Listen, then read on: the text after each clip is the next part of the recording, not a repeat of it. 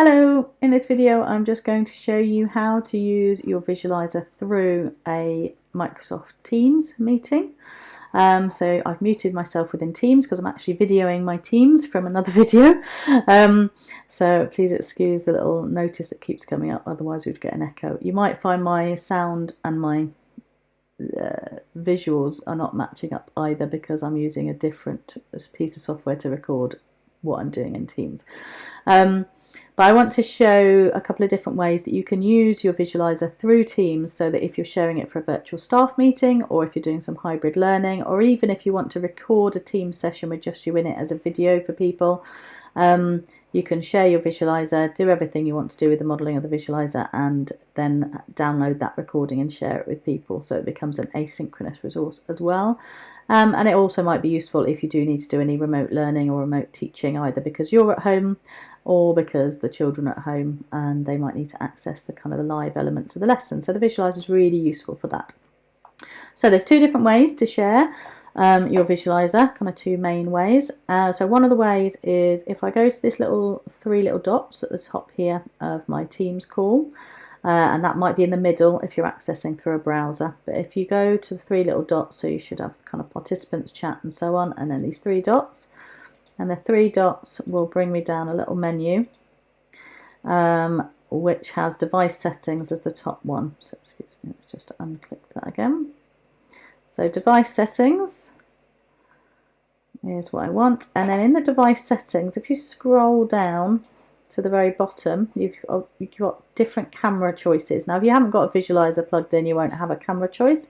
You just have your camera that's facing you. So for me that's the FaceTime HD camera. But if I click the drop down, it's also give me the option of PC Cam. So if I switch to PC Cam, this will change the view that people see of me to being the visualizer rather than me. Now you'll see at the minute that's now backwards, because that's a one, that's two halves, and that's 4/4. But just down here, Teams have just added this new one, which you might have seen in other software such as Zoom. They've just added this setting, change the view and take the mirror video off, which will then switch it around so that you can see it the right way round for what I've got on under the visualizer.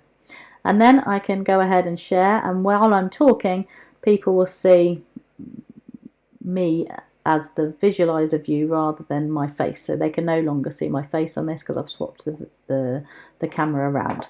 So I'm just going to then switch back to my face so I can show you the other way to share. So one way is by changing your camera to be the visualizer camera, which does mean you can, if you want to record asynchronous resources, particularly if you're going to share them outside of your school, it means you can record them without your face on, because actually when you first log into your Teams call, you can choose which camera as well, so you can switch it there and not even have your face as part of the video. So that's one way. And the other way is in the top right, just next to leave, and again this might be in the middle bar if you're accessing from a browser rather than a dedicated Teams app. If you click on share content, that will then bring you up some choices of your different share options on the right hand side. So just wait for those to load, and then you can share your whole desktop. Or we should be able to see different windows, and in the different windows on the right hand side, so say I've got two windows that I can choose from, or I can share my whole screen. Explode view is the window that I've got my visualizer software in. So I'm using the visualizer software at this point. Most computers have somewhere, it's always called something different, so you might have to look for it. But if you go into kind of the hardware of your computer where you can pick printers and things like that, you should be able to pick up your camera that is your visualizer camera, and then open that up as just the view from that camera. And then so if you'll either have some visualizer software, or you can use that camera part as your window. But you can also, if you're going between a PowerPoint or a smartboard or Active Inspire and your visualizer, you might want to share your whole screen, so you can just go back and forth between those things, and people will just see everything that you're using. But if you're just going to be sharing the visualizer, then go to Window, pick your visualizer software or your camera view software from your computer, and then share that, and then that will share with everyone in the meeting, and they'll still be able to see my face down the side as well, and as well as any other people who are within that meeting. So now you can see that I'm presenting, and I can stop sharing anytime from up there, or I can go back to the meeting here.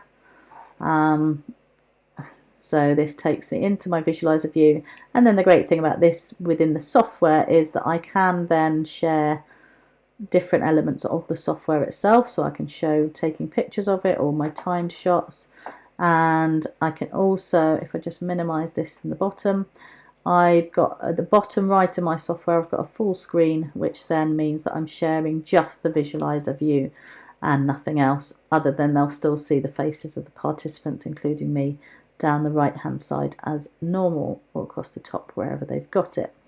So this way you can share your Visualiser and still be in the meeting as your face as well, which means in the recording you will turn up as yourself next to the Visualiser being the shared screen, instead of where you would share a PowerPoint or whatever. So those are the different ways that you can share within Microsoft Teams.